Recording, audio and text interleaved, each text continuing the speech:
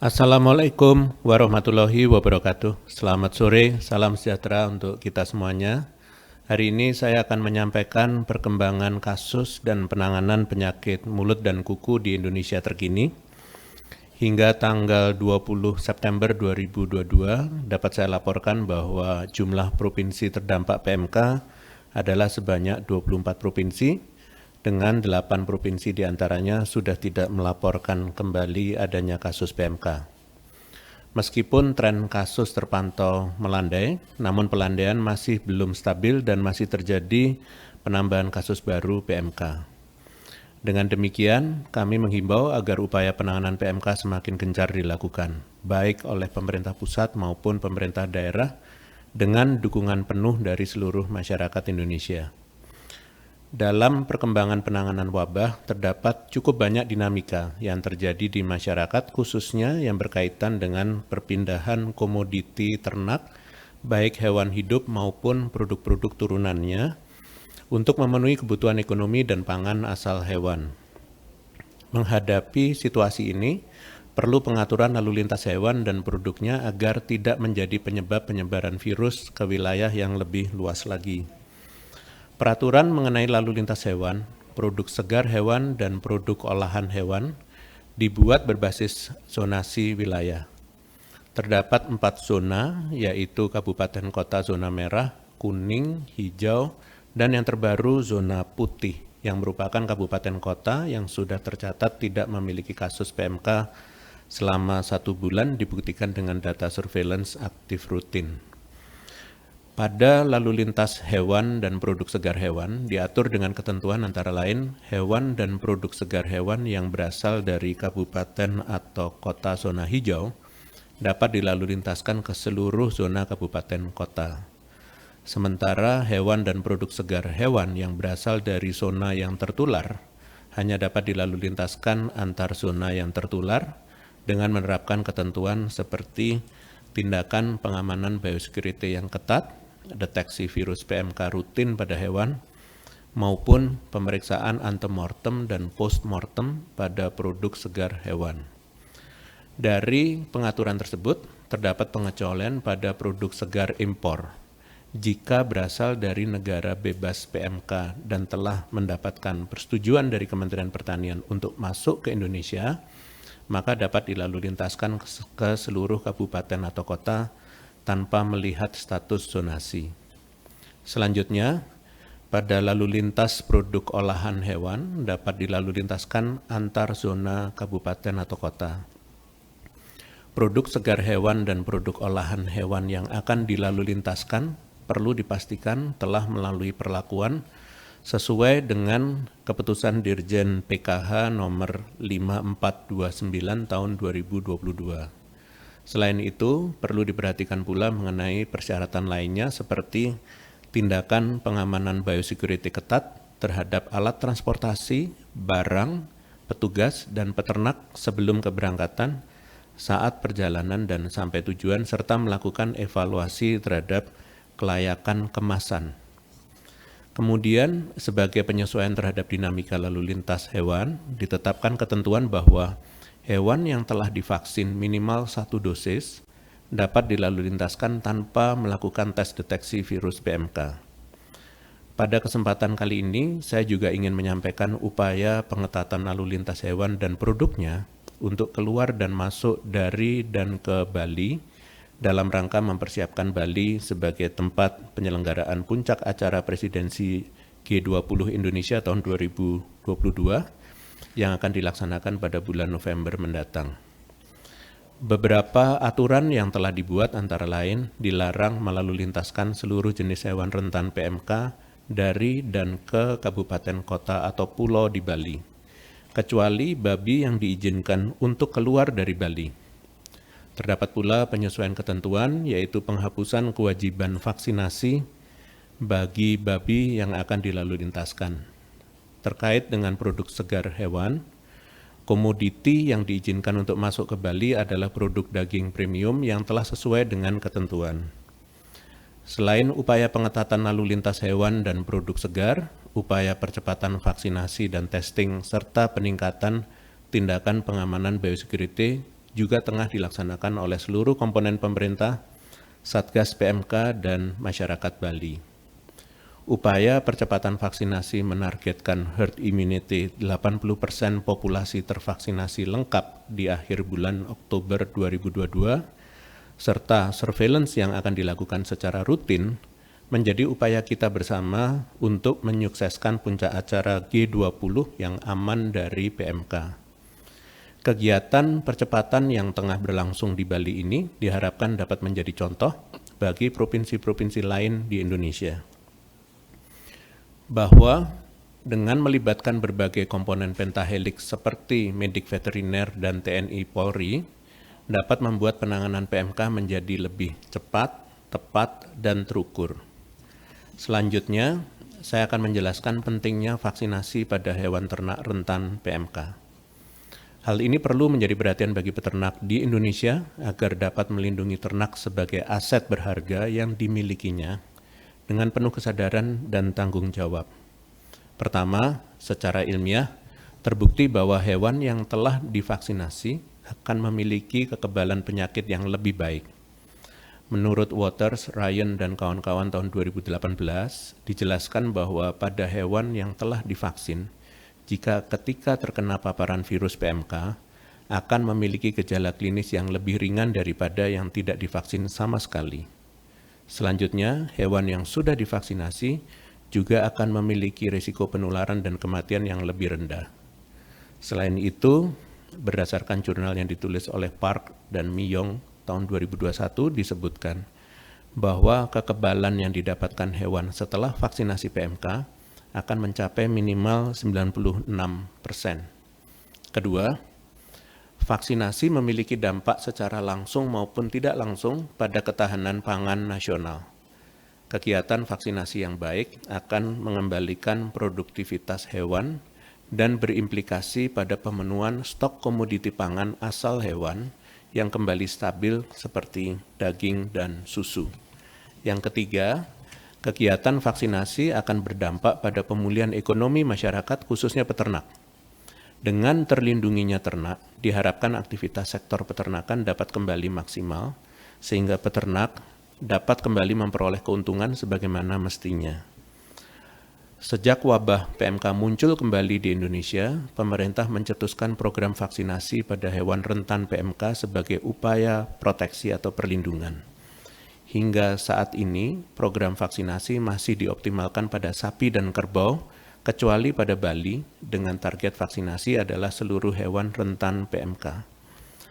Target ke depan tentunya adalah vaksinasi pada seluruh hewan ternak rentan PMK, sehingga paling tidak dapat mencapai herd immunity sebesar 80% dari populasi sesuai dengan anjuran Badan Kesehatan Hewan Dunia atau WOAH. Vaksin yang kini telah didistribusikan ke hewan rentan PMK adalah jenis Aftopor. Selain itu, Indonesia juga telah menerima bantuan vaksin monovalen dengan jenis Aftogen Oleo sebanyak 1 juta dosis dari pemerintah Australia yang ditujukan untuk percepatan vaksinasi dalam rangka persiapan puncak acara presidensi G20 Indonesia tahun 2022 di Bali. Selanjutnya, akan datang beberapa jenis vaksin lain melalui mekanisme pengadaan oleh pemerintah secara bertahap untuk memenuhi kebutuhan agenda vaksinasi PMK. Secara simultan, pemerintah akan tetap mendorong upaya peningkatan kapasitas perusahaan dalam negeri agar dapat memproduksi vaksin PMK secara mandiri. Percepatan pengadaan, pendistribusian, dan penyuntikan vaksin akan terus diupayakan agar peternak Indonesia dapat kembali beternak dengan aman. Selain itu, perlu diketahui bahwa gejala ikutan pasca vaksinasi pada sapi, kerbau, kambing, domba, dan babi merupakan hal normal yang dapat terjadi. Jika ditemukan ternak yang mengalami gejala ikutan pasca vaksinasi, peternak dihimbau untuk tidak panik dan tidak menyerah dalam memberikan perawatan bagi ternaknya. Laporan dari lapangan yang menunjukkan adanya kasus hewan yang sudah divaksin memperlihatkan gejala klinis PMK merupakan hal yang kurang tepat. Hal yang menyebabkan gejala klinis PMK muncul setelah hewan divaksin adalah adanya kemungkinan virus PMK yang terlebih dahulu masuk ke tubuh hewan dan belum menunjukkan gejala klinis saat vaksinasi dilakukan. sehingga hewan seolah terkena PMK akibat vaksinasi karena gejala klinis muncul setelah vaksinasi dilakukan.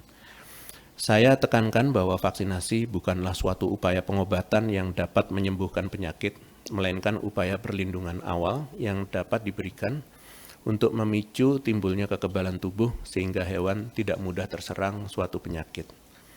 Melihat fenomena ini, maka peternak dihimbau agar kooperatif saat hewannya akan divaksin dan petugas dapat semakin gencar melakukan edukasi dan upaya vaksinasi. Pada prinsipnya, vaksinasi PMK pada hewan ternak menjadi hal yang akhirnya wajib dilakukan oleh para peternak di kabupaten kota zona merah, kuning, dan putih.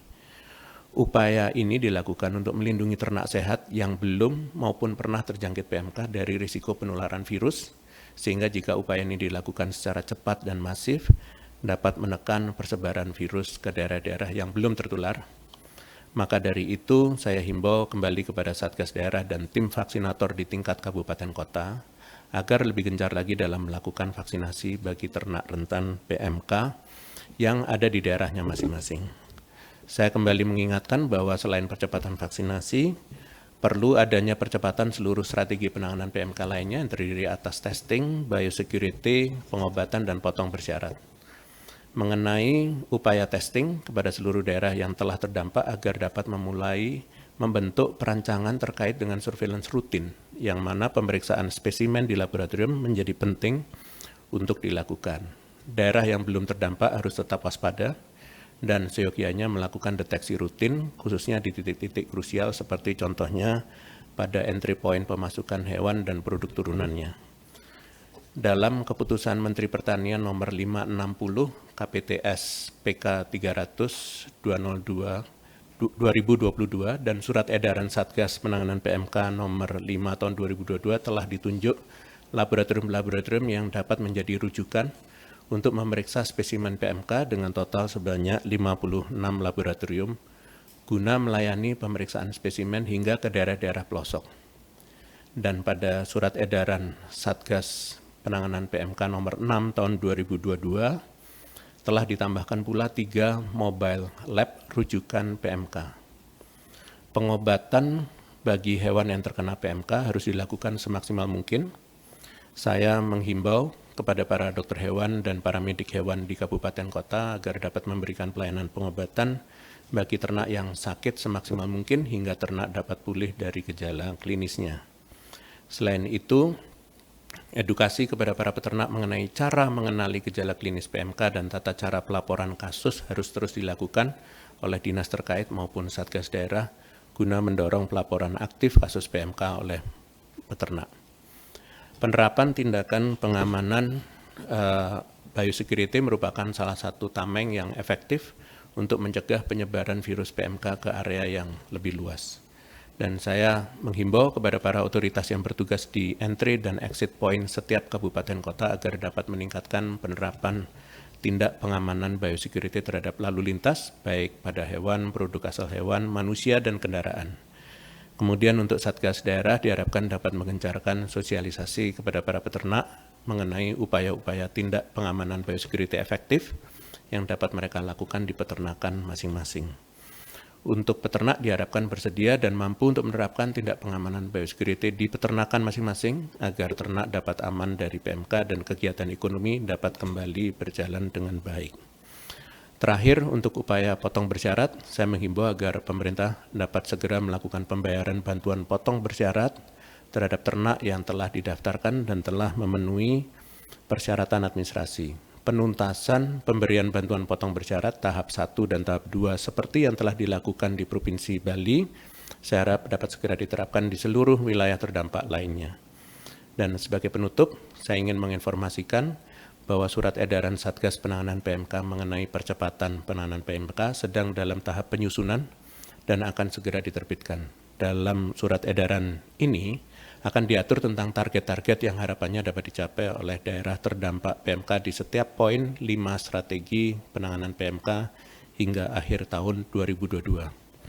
Selain target-target capaian di setiap strategi penanganan PMK, dalam surat edaran tersebut juga akan diatur mengenai hal-hal apa saja yang butuh untuk dipersiapkan oleh daerah guna mencapai target. Bersama kita dapat segera menuntaskan wabah dan menuju Indonesia yang bebas PMK. Sekian konferensi pers hari ini, saya lanjutkan dengan sesi tanya-jawab media. Terima kasih. Terima kasih, Prof. Pertanyaan pertama dan yang terakhir dari Ari, Mongabai Indonesia. Apakah pemerintah melakukan investigasi terhadap dari mana asal masuknya hewan atau daging hewan yang berpotensi membawa masuk PMK ke Indonesia? Apakah penyebabnya dari impor daging sapi atau kerbau dari negara umum belum bebas PMK seperti India atau Brazil? Mengetahui asal-usul virus masuk bisa jadi satu langkah antisipasi penanganan. Apakah dari Satgas juga berkoordinasi dengan kementerian atau lembaga terkait untuk membahas persoalan ini? Terima kasih. Baik, terima kasih Mongabai Indonesia. Terdapat cukup banyak titik masuk hewan dan produk hewan baik yang legal dan ilegal, baik lewat jalur darat, udara, dan utamanya laut. Pada dasarnya merupakan tugas seluruh elemen masyarakat dan pemerintah untuk dapat menjaga titik-titik masuk ini. Namun tentunya otoritas di titik lintas batas memegang peranan sangat penting dalam melakukan screening ketat terhadap komoditi-komoditi yang melintas masuk dan keluar. Terkait dengan media pembawa virus, perlu saya sampaikan bahwa virus dapat terbawa melalui bukan hanya hewan atau produk hewan, namun juga lewat menempelnya virus pada manusia, kendaraan, dan barang-barang lainnya. Hal ini membuat pentingnya penerapan tindak pengamanan biosecurity di titik-titik kritis untuk mencegah penyebaran penyakit ke area yang lebih luas lewat perpindahan manusia, hewan, produk hewan, dan kendaraan. Baik, dengan demikian konferensi pers berakhir. Terima kasih atas perhatiannya. Selamat sore. Wassalamualaikum warahmatullahi wabarakatuh.